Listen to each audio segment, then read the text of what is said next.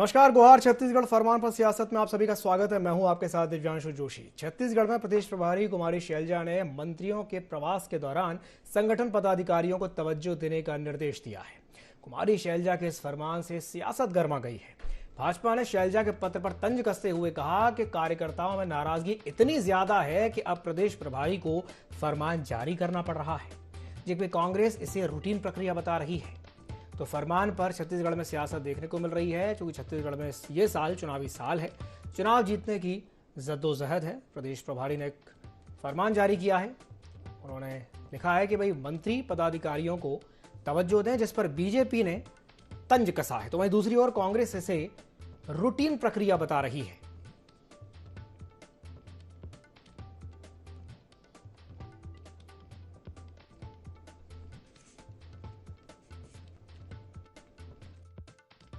सबसे पहली बात तो ये फरमान नहीं है, रूटीन का पत्र व्यवहार है।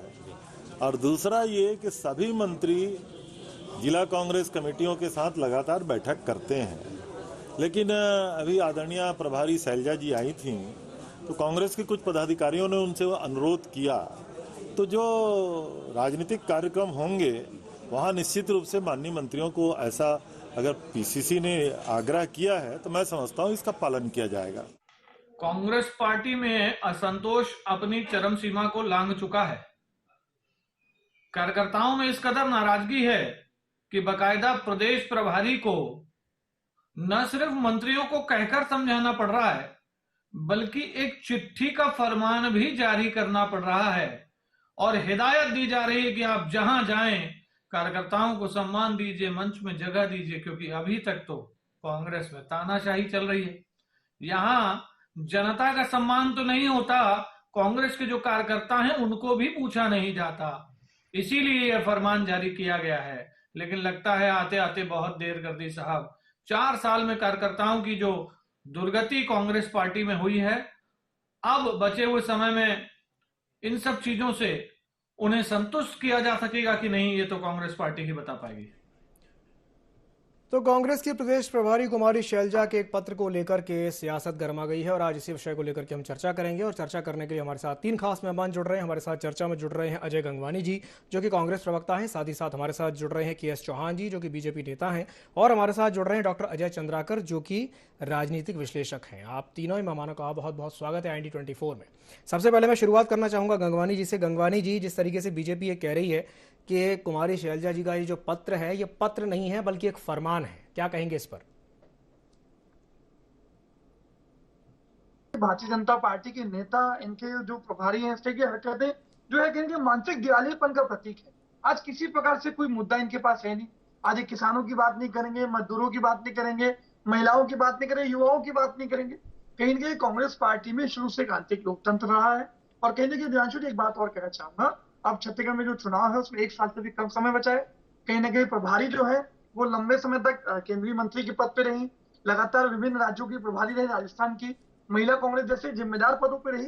तो कहीं ना कहीं जो उनका अनुभव है, उनकी संगठन की क्षमता का जो लाभ है, वो कहीं ना कहीं उसका फायदा आज छत्तीसगढ़ में कांग्रेस पार्टी को पहुंचाने का प्रयास कर रही है। आज अगर कांग्रेस के कार्यकर्ता को महत्व देने का प्रयास किया जा रहा है, आज कहीं ना कहीं प्रत्येक मंत्री किसी न किसी जिले के प्रभारी हैं, उन्होंने ये स्पष्ट इस बात को कहा कि अगर आप किसी जिले के दौरे पर हैं, वहां पे वो पार्टी कार्यालय में जाइए, जिला के पदाधिकारियों के साथ बैठक लीजिए, उनकी बातों को सुनिए, समझिए, क्या बेहतर प्रयास किए जा सकते हैं। कहीं ना कहीं कार्यकर्ताओं को जो चार्ज करने का प्रयास किया जा रहा है, और जो प्रशासनिक अधिकारी हैं, चाहे वो जिले के कलेक्टर हो, SP हैं, या जिम्मेदार जो पदाधिकारी हैं, उनको संबंध में निर्देश देने की बात की है कि कांग्रेस कार्यकर्ता का कोई मामला लेके, कोई समस्या लेके उनके पास जा रहे हैं तो जल्द से जल्द प्रशासनिक अधिकारी उस पर कार्रवाई करके सही निर्णय तक पहुंचे। क्या एक रूटीन प्रक्रिया को आज जो भारतीय जनता पार्टी के मीडिया प्रभारी का बयान सुन रहा था, क्या ये भारतीय जनता पार्टी में नहीं होता? ये क्या वहां के इनके प्रभारी है या जो जिला के वो उनके मंत्री थे, वहां पदाधिकारियों की बैठक नहीं लेते थे, उनको चार्ज करने का प्रयास नहीं किया? गंगवानी जी, अभी आपने कहा कि चार्ज करने का प्रयास करें, तो क्या कार्यकर्ता डिस्चार्ज है क्या कि उनको चार्ज करने का वो प्रयास करेंगी? क्या चार्ज की कमी है? आपने कहा कि चार्ज करने का प्रयास करें। जी देखिए, 2 चीजें हैं। कहीं ना कहीं देखिए, कांग्रेस के कार्यकर्ता लगातार आज 2018 के पहले विधानसभा चुनाव में लगातार 15 साल तक सरकार में रहे। माननीय भूपेश बघेल जी ने 1200 किलोमीटर की पदयात्रा की। प्रत्येक गांव तक, प्रत्येक बूथ का 300 से ज्यादा ब्लॉकों तक पहुंचकर आज कांग्रेस के कार्यकर्ताओं से मिले, उनकी समस्या को समझा, उसके अलावा घोषणा पत्र बनाया। तो ये जो संगठन की जो एक सतत प्रक्रिया है, आज कहीं ना कहीं देखिए, आज हर पार्टी का एक कार्यकर्ता एक अपने क्षेत्र में एक विशेष पकड़ रखता है। आज एक आम जनता उसके पास पहुंचती है अपनी समस्याओं को लेकर, अपनी मांगों को लेकर, और कहीं ना कहीं अगर उसको महत्व मिलता है, आज अगर मंत्री प्रभारी वहां पहुंचते हैं, संबंधित विभाग के पदाधिकारी के साथ वो मिलकर अपनी समस्याओं को खुलकर रख पा रहे हैं, तो जो कहीं ना कहीं जो पारदर्शिता है, ये बात का अंतर है। आज भारतीय जनता पार्टी इन 4 सालों में 4 प्रदेश प्रभारी बदल लेती है, 4 प्रदेश अध्यक्ष बदल लेती है, नेता प्रतिपक्ष को कार्यकाल से पहले हटा दिया जाता है, विश्व आदिवासी के दिन विष्णुदेव साय को पद से हटा दिया जाता है। सबसे बड़ी प्रभारी की बात कर रहे हैं, आज नवंबर महीने में चलती बैठक में आज इनकी प्रभारी डी पुरंदेश्वरी जी को इनके राष्ट्रीय अध्यक्ष जेपी नड्डा की मौजूदगी में हटा दिया जाता है। तो ये पार्टी विद डिफेंस का जो खोखला दावा है, आज 56 लाख सदस्य का दावा करते रहे और अंत में दिव्यांशु जी वोट मिलते हैं 7,01,000। तो ये मूलभूत अंतर है इनके संगठन की प्रक्रिया में और कांग्रेस में। आज आंतरिक लोकतंत्र है, प्रत्येक कार्यकर्ता पूरी मजबूती से, पूरी दमदारी से आज प्रभारी के समय, प्रदेश अध्यक्ष के सामने अपनी बात रख सकता है। और देखिए, जांच करने के बाद मैं इसलिए कह रहा हूं कि अब चुनाव में मात्र 8 से 9 महीने बचे हैं। कांग्रेस कार्यकर्ताओं को आज ज्यादा मजबूती से प्रत्येक बूथ तक, जनता तक पहुंच के उनकी बातों को सुन के बेहतर निर्णय लेने का प्रयास करना पड़ेगा, जिसका फायदा में आने वाले 2023 के विधानसभा चुनाव में प्रक्रिया है। ये सतत प्रक्रिया, रूटीन प्रक्रिया है, जिसमें राजनीति जो करने का प्रयास है वो आपत्तिजनक है। ठीक है, चलिए, इस पर राजनीति नहीं होनी चाहिए, राजनीति करना ही अपने आप में आपत्तिजनक है, ऐसा कहना है गंगवानी जी का। चौहान साहब, क्या कहेंगे गंगवानी जी की बात पर? इस पर तो राजनीति होनी ही नहीं चाहिए, क्या कहेंगे? जोशी जी, मैं एकदम सहमत हूँ गंगवानी जी की बात से कि इसमें राजनीति तो होनी ही नहीं चाहिए, लेकिन भारतीय जनता पार्टी की राजनीति जो होती है वो राज्य के लिए नीति होती है, राज करने के लिए नीति नहीं होती है। वो जनता की आवाज बनती है, जनता के लिए जीती है, जनता के काम करती है और जनता के द्वारा जो भी परेशानियां हैं उसको उजागर करने की कोशिश करती है। सबसे पहली बात यह है कि आपको जो छोटे पदाधिकारी हैं वो आपको शैलजा जी के पास जाने की जरूरत क्या पड़ी, और आप गए हैं, इसका ये दर्शाता है कि आपके बीच के पदाधिकारी जो है वो कोई काम नहीं कर रहे। जैसे आप आम सभा लेते हैं मुख्यमंत्री जी, और मुख्यमंत्री जी के आम सभा में काले झंडे दिखाए जाते हैं, काले गुब्बारे दिखाए जाते हैं, उनको 2-2 बातें सुनाई जाती है और मुख्यमंत्री जी भी दूसरों को 2-2 बातें सुनाते हैं। ये सर्वविदित है और सभी वीडियोस अभी वायरल भी हो रहे हैं। दूसरी बात, ये दोनों बातें जो है वो एक ही बात है। एक्चुअल में यहाँ पर जो काम हो रहा है वो खुद के लिए हो रहा है, न कि दूसरों के लिए हो रहा है, न कि पार्टी के लिए हो रहा है, न जनता के लिए हो रहा है। इस वजह से ये प्रॉब्लम आती है। आज कांग्रेस की क्या स्थिति है, ये संस्कार है उनके, मतलब वो ऐसा नहीं है कि कुछ और कर रहे हैं और कुछ कर रहे हैं, क्योंकि संगठन और सत्ता दोनों की दिशाएं अलग अलग है। मोहन मरकाम जी किस दिशा में जा रहे हैं और हमारे मुख्यमंत्री जी किस दिशा में जा रहे हैं, ये किसी से छुपा नहीं है। आज सम्मान दीजिए, कुमारी शैलजा जी ने ऐसा लिखा है पत्र में, सम्मान दीजिए।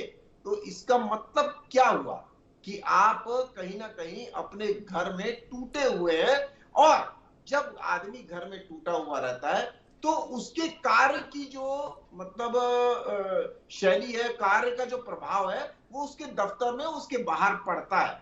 हमारे को आपके संगठन में क्या हो रहा है इससे कोई लेना देना नहीं है गंगवानी जी। हमको सिर्फ और सिर्फ लेना देना है कि आप उसके कारण जो आपका काम प्रभावित हो रहा है बाहर, जनता।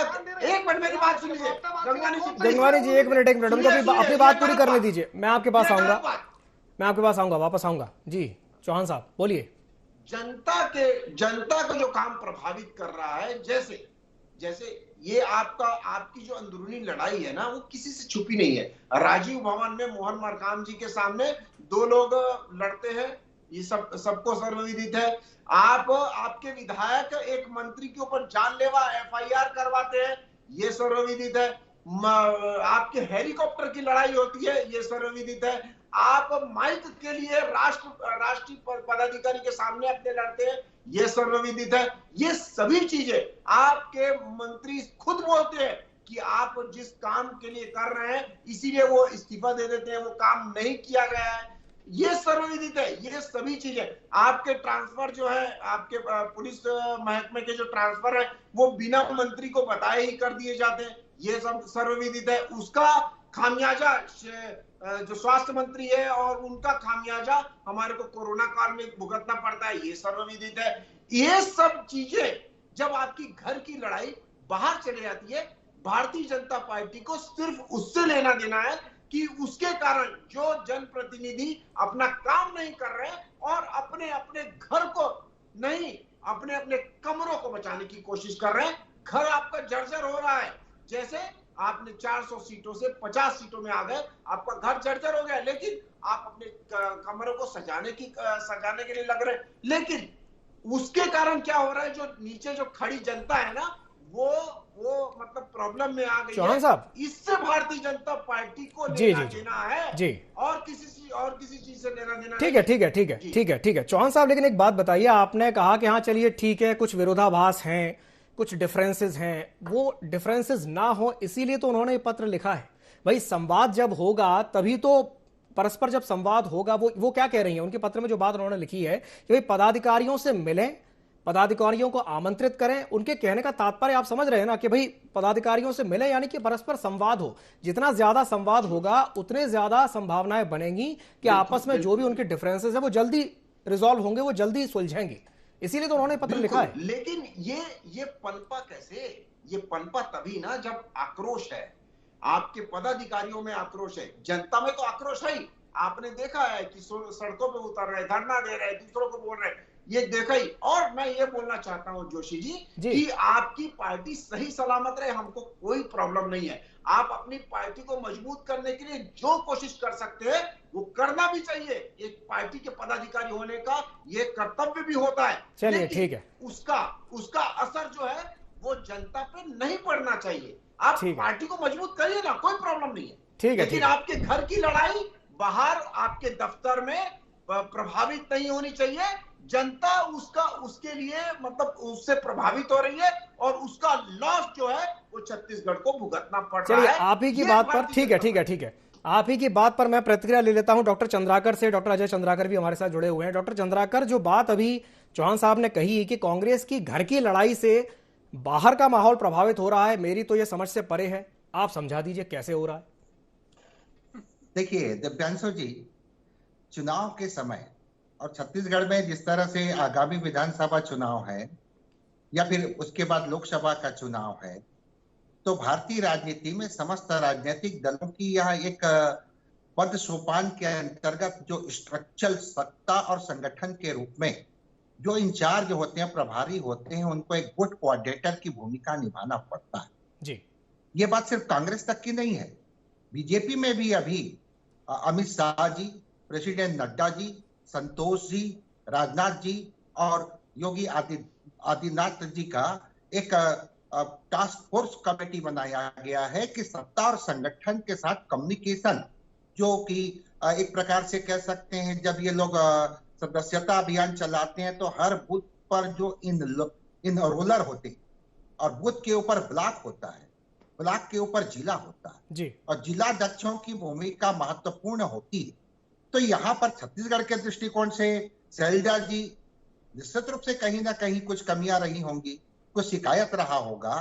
तो एक बात और है, छत्तीसगढ़ में प्रचलित रहा है दिव्यांशु जी, पास्ट टाइम में डॉक्टर रमन सिंह जी के भी कार्यकाल में या फिर अजीत जोगी जी के भी कार्यकाल में ये कहा जाता था उसी के पार्टी के द्वारा, उनके ही कार्यकर्ताओं के द्वारा कुछ मंत्रियों का बिहेव प्रतिकूल नजर आता था, इसलिए घमंडी मंत्री भी कहते थे।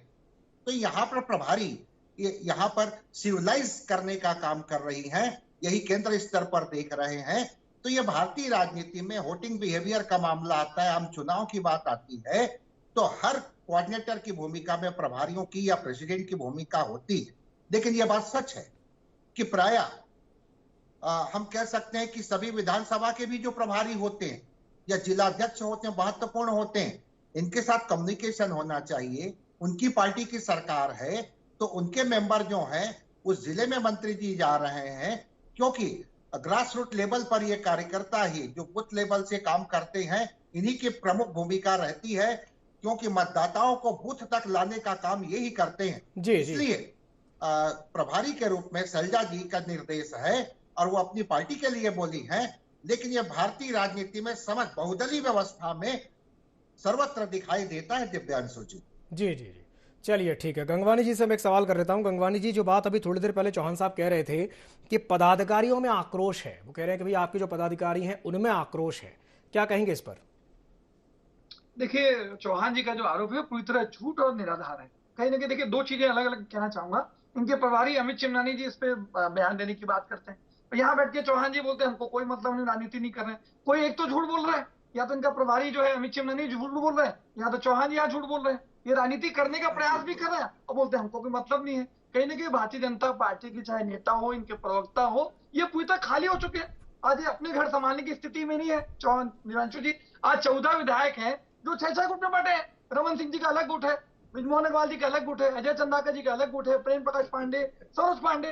कहीं ना कहीं इतने जो गुटों में बटों की राजनीति है, यही सबसे बड़ा कारण है दिव्यांशु जी। आज इनका जो केंद्रीय नेतृत्व है, किसी व्यक्ति को मुख्यमंत्री का दावेदार नहीं बनाना चाहता। कहीं ना कहीं बिना दूल्हे की बारात लेके चल रहा है। इसका सबसे बड़ा कारण ये गुटबाजी है। आज 2000 में जब नेता प्रतिपक्ष चुनाव होता है, माननीय प्रधानमंत्री जी टेबल के नीचे छुप के जान बचाते हैं, तब कहाँ था भारतीय जनता पार्टी का पार्टी विद डिफरेंस? आज ब्रिजमोहन अग्रवाल जी इतने वरिष्ठ नेता है, सबसे ज्यादा जीतने वाले विधायक है, क्या कभी नेता पति बनाया गया, कभी प्रदेश अध्यक्ष बनाया गया?